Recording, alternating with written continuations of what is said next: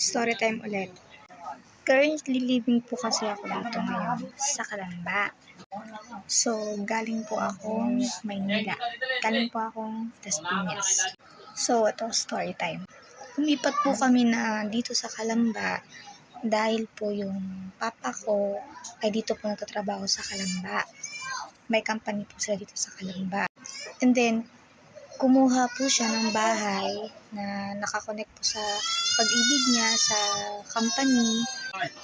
Dinala niya po kami dito. Tumira po kami dito.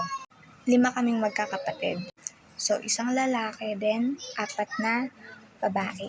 So, ayun, ignorante kami sa dito sa Laguna kasi syempre first time po namin na pumunta po dito sa Laguna. Nakita po namin yung bahay namin. Maganda po siya, may first floor, may second floor. Tapos tuwang-tuwa din po yung mga kapatid ko. Tapos meron po akong sumunod na babae sa akin.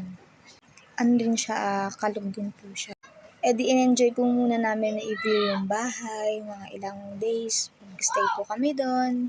Tapos isang araw, si Papa pumasok sa trabaho. Si Mama kasi, wala po si Mama. Nasa abroad po si Mama. So, kami lang po yung nasa bahay. Bakasyon pa po noon, hindi pa po kami nakaka-transfer dito sa school. Pagkagising namin, nung natulog po kami, pagkagising namin kinabukasan, yung kapatid ko may binabala. Since kalug nga siya, tsaka adventurous siya, kilala mo kung sino ka be.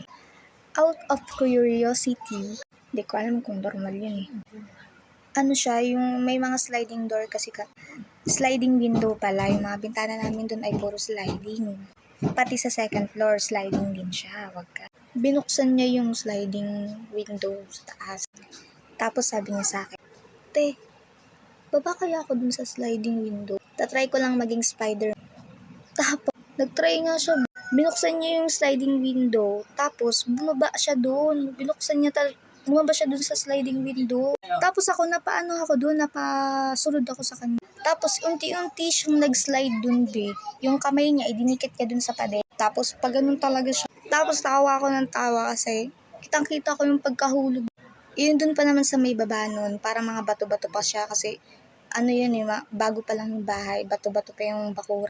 Tapos, ayun nga, kitang-kita ko yung pagkahiga nga ng susyong eh. Tapos sabi ko sa kanya, Spider-Man ka? Tapos wala, hindi na siya nagsasalita. Tapos ayun, wala lang, naalala ko lang yung memories namin sa bahay.